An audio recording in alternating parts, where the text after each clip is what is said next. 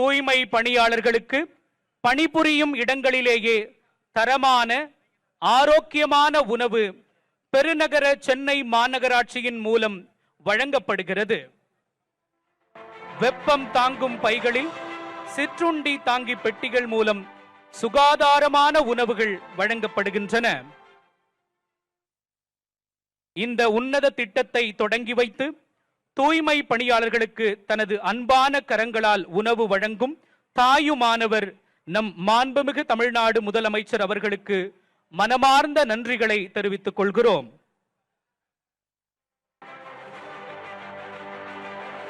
நகர்ப்புறங்களில் 30,000 குடியிருப்புகள், கிராமப்புறங்களில் முன்னுரிமையில் வீடு ஒதுக்கீடு, தூய்மை பணியாளர்களின் குழந்தைகளுக்கான உயர்கல்வி உதவி திட்டம் ஆகிய சிறப்பு திட்டங்கள் செயல்படுத்தப்படுகின்றன.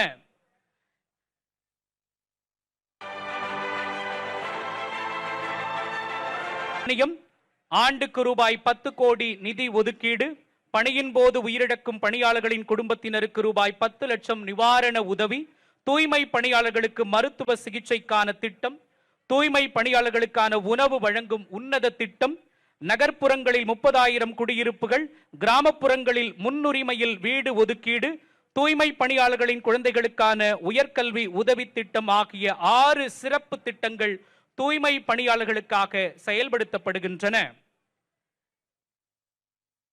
தற்போது மாண்புமிகு தமிழ்நாடு முதலமைச்சர் அவர்கள் தூய்மை பணியாளர்களுடன் மகிழ்ச்சியோடு கலந்துரையாடி வருகிறார்கள்.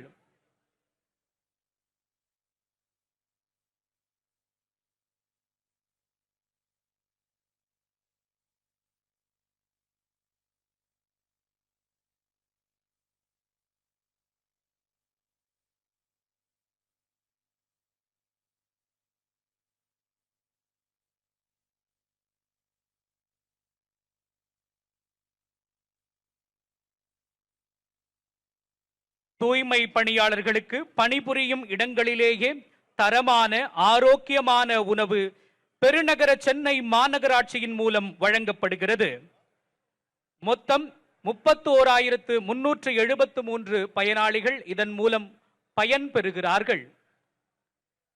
இந்த உன்னத திட்டத்தை தொடங்கி வைத்து தூய்மை பணியாளர்களுக்கு தனது அக்கறையான கரங்களால் உணவு வழங்கிய தாயுமானவர் மாண்புமிகு தமிழ்நாடு முதலமைச்சர் அவர்களுக்கு மனமார்ந்த நன்றிகளை தெரிவித்துக் கொள்கிறோம்.